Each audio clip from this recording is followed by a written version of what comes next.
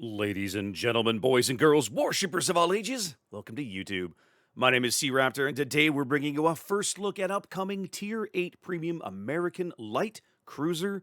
This is USS San Diego. San Diego is one of the most decorated ships of the American Navy in the Second World War, earning 18 battle stars across a campaign that lasted, well, a little over 3 years in the Pacific. Only Enterprise is ahead of her. She did not earn a presidential unit citation. A little odd for a ship to have this many battle stars and not have managed to pick one up. But San Diego participated in a large variety of campaigns. She was commissioned and entered service spring 1942, let's say. Didn't quite manage to get across the Panama Canal into the Pacific in time to make it to the Battle of Midway, but basically saw action in most of Nimitz, the Nimitz side of the campaign thereafter, working her way through Guadalcanal, the Battle of the Santa Cruz Islands, all of the various 9 actions around the naval battles of Guadalcanal, through the various island hopping campaigns through the Marshalls, and finally ending up in Okinawa. She did have the distinction of being the very first American ship to enter Tokyo Bay after the announcement of the Japanese surrender. So a little bit of a unique honor there.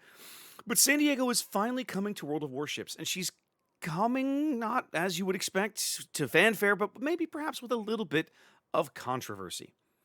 In order to kind of get you kind of caught up where we're at with this ship, I got to go back to, I think, last year, maybe the year before, with the release of Tier 10 American premium cruiser USS Austin. Now, Austin is available for steel, memory serves, steel or research points. I can never keep those two straight, guys, so forgive me. But she's available for one of the special currencies, okay? And Austin is kind of like, well, she's kind of like a super Atlanta. This all comes down to Atlanta, right? You can look at this ship, you look at San Diego here, very clearly she is an Atlanta. I'm looking at a whole bunch of 5-inch turrets, even with the waist turrets here. So very clearly an Atlanta. But Austin is kind of a progression of what that design might have looked like. In her, she still has the 5-inch guns, but different style of turrets, good AA, and so on and so forth. But what makes Austin unique is she has a very, very slow reload, I think on the order of seven-ish seconds or so, and she only has two shell types, high explosive and semi-armor piercing. And then she gets the main battery reload consumable, which means that once every, it's like 90 seconds or so, I forget exactly how long, 2 minutes, let's say, she can push the button and hilarious things happen. But that hilarity lasts only 15 or 20 seconds, and then she's back to 2 minutes of a boring normal ship again, right? Originally, so Austin is very much a feast or famine kind of ship, right? When your SAP thing, when your cooldown is active, you are a massive, massive threat and a huge problem for the enemy team to deal with. But in between that, she's okay. San Diego was originally supposed to be kind of a down-tiered Austin clone. She was going to have high explosive shells and SAP shells with the main battery reload booster and a very long reload. I think it was 8.5 seconds. That was how she was originally announced. But then somewhere along the testing cycle, Wargaming changed all of that because the original design sparked a bit of a blowback, right, in the NA forums. I was certainly not happy about it. Little White Mouse, former NACC, had a very long post about it in the forums, and I'll link that down below. You can go read her complaints, but her thoughts echoed many of mine. In fact, when San Diego was announced, before I saw her post, I think I tagged her and was like, "What do you think about this? Because this seems terrible." And we had a conversation about it. So. The concept behind San Diego has shifted somewhat, and we'll talk about that as we go through the ship. It's not quite an Austin, but it's also not quite an Atlanta. At the moment, San Diego kind of occupies her own little niche, which I kind of like. Let's look around the ship, as we always do, talking about survivability, 27,900 hit points. I'm going to spend a little bit of time comparing it to her competitors at Tier 8, and a little more time, probably a little more time comparing her to Atlanta and Flint, which are ships that you may already own and are likely more familiar with. If you compare it to Atlanta and Flint, this is quite good. This is the most HP of the three current class ships of this type and class and hull available in the game. Remember that Flint is kind of one of the subclass ships. I believe they were the Portland class. But yeah, because she's Tier 8, she gets a few more hit points. As far as Tier 8 cruisers go, this is not very good, right? This is not very good. This is 28,000 hit points in a tier where you're going to see Hippers and Oygons that have 40,000 plus. And all the way up to, you're going to get Tier 10 matchmaking in this ship right? You're gonna see Stalingrads with over 70,000 hit points that fill your slot, and you're bringing not even 30. Not even Smolensk at tier 10 has more hit points than this.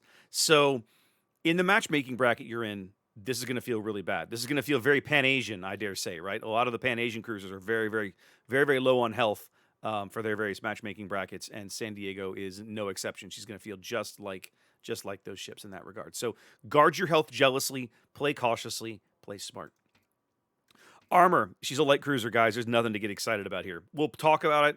And, oh, by the way, 0 torpedo protection, just like the other Atlantas. So keep that in mind. We'll talk about the armor just so you can see it. She's got 16 millimeter extremities. We're bow tanking nothing, right? There is no battleship in any of her tier matchmaking that probably can't just smash her right through the face. Citadel is fairly exposed here. Starting here, the easy raised above the waterline part to hit, starting here behind the C turret, finishing up in front of the X turret. She does have this kind of magazine Citadel well below the turrets.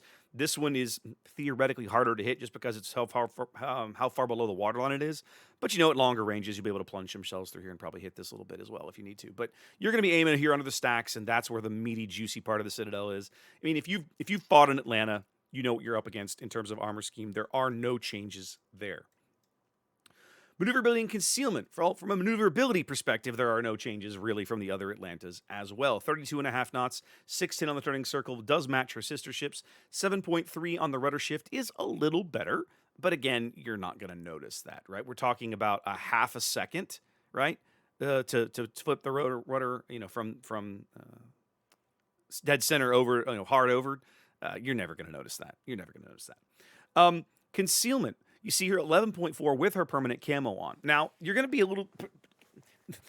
be a little deceptive here, okay, right? The other Atlantas have a base concealment of 11 kilometers. San Diego's base concealment is 11.8 kilometers. That sounds like a nerf, but then you have to remember that San Diego at Tier 8 gets access to the concealment module in Slot 5, which her sister ships have never had. So, all in, San Diego is stealthier than Flint and Atlanta with concealment module installed. A full stealth rig on San Diego will get her down to 9.3 kilometers on the surface. So that's a little better. It's about 200 or 300 meters better than Atlanta and Flint. 7.2 that you see there on the aero detection does come down to 5.8. Will match her AA bubble when all is said and done. All right, so let's start looking at the main battery. I mean, this is why you're here, right?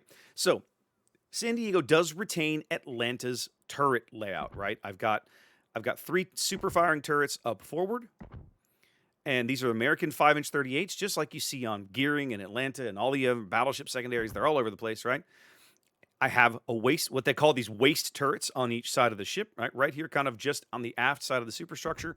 1 port, 1 starboard, and then 3 more turrets, super firing turrets here at the aft end of the ship. So all told, I can put a maximum of 7 of my 8 turrets into action at any given time. And if you've driven in Atlanta, you know that the turret angles on this ship are pretty good. Like, you can get most of these turrets firing at a pretty steep angle off the bow or off the stern. So she's got that going for her, even though she really has no armor. Reload was originally 8.5 seconds, now down to 5 seconds. This is much more respectable, much more what you'd expect for these kinds of guns on a light cruiser. For comparison, Atlanta, 4.8 seconds. Flint is 5.1 seconds. So we're squarely in the middle here of all of that noise. So you're right where you would expect to be for the reload on these guns. What may strike you as a little strange is look at her shell types. San Diego used to have high explosive and semi-armor piercing. Now she has semi-armor piercing and armor piercing, and that is all. So it's a little bit of a change, right? We like to think of Atlanta as a fire starter. San Diego here will not ever have, won't have this problem, right? She doesn't even have secondary turrets that you might accidentally light a fire off of, every now and then you'll get a fire off a British light cruiser, like Fiji or something. You'll get a fire off a secondary. This will never happen with San Diego. There are no secondary batteries. This ship physically cannot light fires no matter what you do to her. So that's noteworthy. It takes away a significant portion of what has historically been part of the damage output, part of the appeal of the Atlanta-class ships was that they were able to harass and deal with and take on bigger targets than they were because of the damage over time effects. Now, with that said, if you've played an Austin or if you've seen an Austin video around, you've seen what these little 5-inch semi-armor piercing shells can do to opposing superstructures of heavy cruisers and battleships. And God forbid you run into one of these things in a destroyer. So the semi-armor piercing shells, in my mind, have to be respected. But if you're used to driving in Atlanta, if you're used to driving a Flint, this will require an adaptation, right? Because you have to be thinking a little more about your position relative to the target that you want to be firing at. What do I mean? All right. High explosive shells generally don't care about the angle they fall onto a target, right? Yeah, they do in the sense that sometimes they'll full pin and sometimes they'll shatter. But the reality on a ship like Atlanta or Flint is you're vomiting so many of them out, you really don't care. Sooner or later, those shells will penetrate or will start fires or whatnot, okay? And the fires are probably what you're really going for, especially if you're picking on something bigger than you.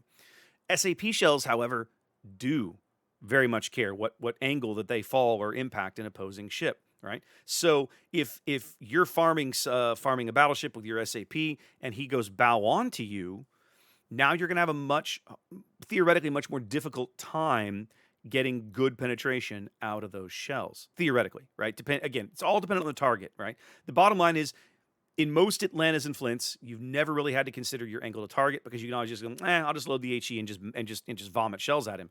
Now, with the SAP being more than likely your primary armament type on this ship, you are going to have to take that into account. So, just got to keep that in mind, right? She's not going to play exactly like you're used to if you're an Atlanta lover. And Atlanta's been in the game a very, very long time, right? Probably almost the full life of the game at this point. So at least 7 years, I would think. A couple other notes about the main battery. One, that 16-kilometer range is significantly better than Atlanta and Flint. The bad news, the shell velocities are not improved. If you've driven Atlanta or Flint, or you've played a ship that has the American 5-inch 38 as its primary armament, you know that at long range, those shells take forever to come back to Earth. The flight times are very long. San Diego suffers from this problem, and they have not fixed it, and I doubt that they will, right? It's just part of the historical quirk of the gun. So keep that in mind, right? You're gonna have to work around that. If you're trying to farm somebody at 16 kilometers, they better be more or less stationary, right? If it's a carrier behind an island or a battleship snuggled up to an island or a cruiser or something, hey, yeah, go to town. If they're maneuvering, good luck. Those shell flight times are crazy. I'll do a look here and put a graph in post. I don't know it off the top of my head. It has to be well in excess of 20 seconds. Well in excess of 20 seconds to get the shells out to that range. So you have crazy lead time. Still looking at cruiser dispersion, 144 meters there on the dispersion ellipse, so that's nice. DPM wise, let's talk DPM because a lot of people who play warships really get focused in on this DPM number. So let's talk about it. If you put San Diego in the list of Tier 8 cruisers, okay, and you treat her SAP as her primary armament, her DPM, her maximum DPM, this is with 7 barrels because that's all you can get on a target, is a little over 400,000 damage per minute. That's assuming every shell is a Citadel hit. And of course, we know that's not the case. Certainly not with the SAP. That's assuming full damage out of every shell. But that gives you an idea of what this thing is capable of in terms of just raw numbers. In reality, you'll be maximizing at a third of that because SAP shells are most likely to just end up as full pins or ricochets. There's a lot to like about the DPM of this ship, but she is incredibly fragile. Like if you're used to playing Atlanta as a glass cannon, that ain't changing. The AP DPM is lower still, about 350,000 or so, 350,000 and change. Mostly due, obviously, to the difference in the shell damage numbers you see there. So from a DPM perspective, there's a lot to like, but you are missing out on that incidental damage. Pretty much all of these other cruisers, except, well, I guess technically a Malfi, will have some form of damage over time with that HE shell. San Diego doesn't get that, so they're kind of making up for it a little bit, it would seem. You do have torpedoes. These are essentially the same as the Atlanta torpedoes. You've got a single quad launcher on each side of the ship. 4.5 kilometers of range. They do hit decently hard and move decently fast. So if someone's closing whip with you, coming around an island and they can't see you or they don't have hydro and you can get these off, hey, more power to you, right? But you're not likely to get much use out of these other than point blank self defense or last second desperation charge from cover, that kind of thing. Like all cruisers right now, she does have the little depth charge airstrike, but you can see there with that 5-kilometer range, you're not likely to survive to really get to use it, so I wouldn't get all that excited about this. More bad submarine mechanics. I'm not gonna belabor the point here. Let's talk about anti-aircraft defenses. This is another thing that Wargaming uses as a selling point of the ship. Now, there's a lot of people that feel like AA is not good, worthless. I see all the time, it's like, well, AA is meaningless. AA doesn't mean anything. I disagree, right? This is one place that if you've read Little White Mouse's criticism of the ship, this is where she and I disagree on the value of anti-aircraft defenses in World of Warships, right? Because in my mind, yes, there are ships in the game that you look at the AA and it feels a little bit like a screen door on a submarine. Like, this is a giant waste of my time. Why am I doing this, right?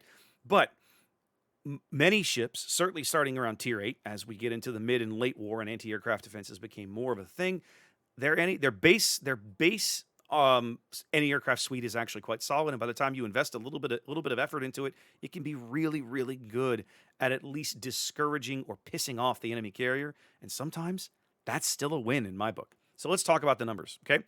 For starters, you're getting 7 flak puffs here, 1540 damage a puff. That is at least, well, it's not tied because Bagration gets 8 puffs, but 7 puffs is above average for Tier 8, okay? One of the things about the Atlantas, back under the old AA system, their AA was absolutely brutally punishing. There were no fly zones, unquestionably. In the new AA system we've had since early 2019, they're a little different, right? Most of their punch is in the flak because these American 5-inch 38s serve dual purpose as long-range flak batteries. They're really good at that, but once you get inside the flak radius of 3.5 kilometers, there's not a whole lot typically going on an Atlanta. Okay, San Diego does help that a little bit, and we'll get to that. But the flak here is quite good. 7 puffs, 1540 damage. The outer bubble, 100 and I got to move the cursor. 168 DPS in the outer bubble. Again, not quite best in tier, but damn close. If you wanted me to point to a ship that is comparable in the outer AA bubble, I can point you to HMS Cheshire. And I know you're going to laugh. Most of you don't like HMS Cheshire, and that's fine.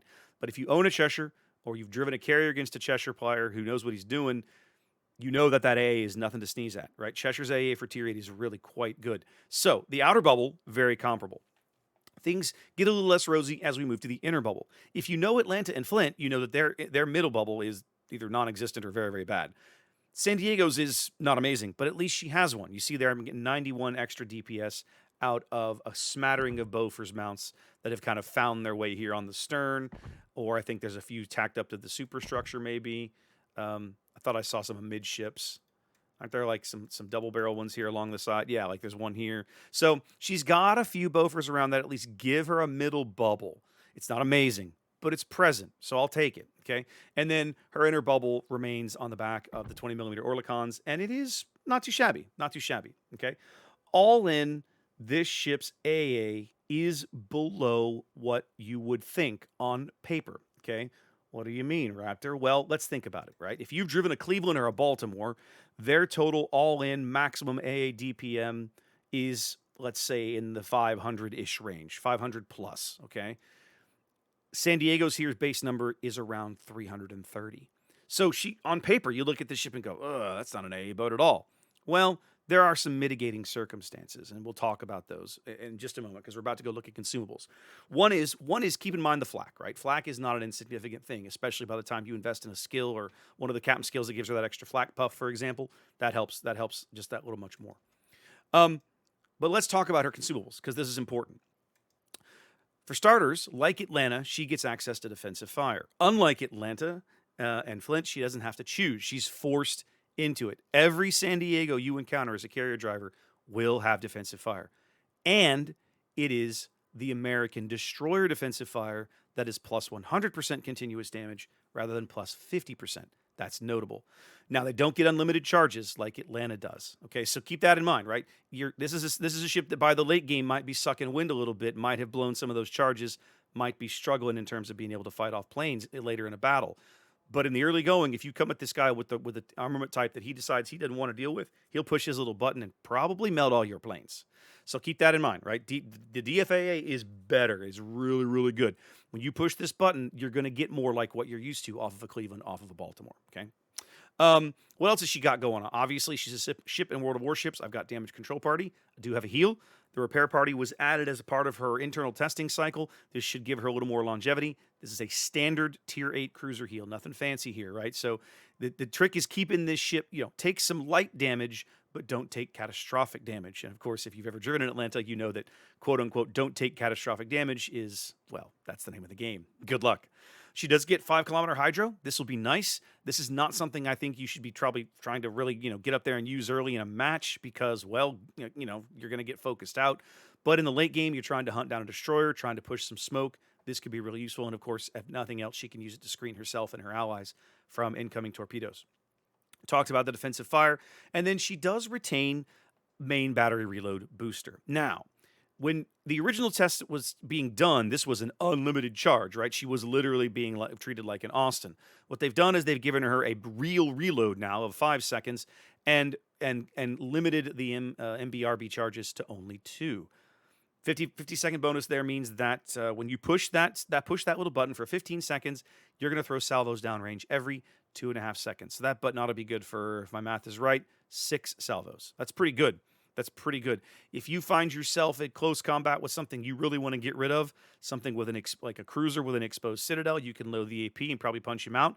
If you're in close contact with a destroyer, say you charged him in smoke and you've got your Hydra up, you can probably push that button and wipe him out as he's trying to get torpedoes onto you or something. So this is going to be a really, really useful, highly situational consumable, not like the French, right? In my mind, who are just kind of use it to make sure it gets used and get all the DPM out of it they can. In my mind, San Diego is going to want to hold this button for those moments that she really needs it. Either her survival is threatened or she really wants to get a high-value target completely off the board. But she does have it. It is, and that'll be really useful.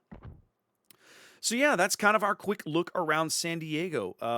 A little controversial, I think, to get to this point. I'm a little more comfortable where they're going with this ship now. I want to try it before I kind of form an opinion. Part of me is still not sold on purely SAP and AP as armament. It works for the Italians, though, and personally, I like the Italian heavy cruisers, so we'll see if it works for an American light cruiser as we go through our first round of super testing. That's it, guys. I'm out of here. Wash your hands. Be safe. I'll catch you next time.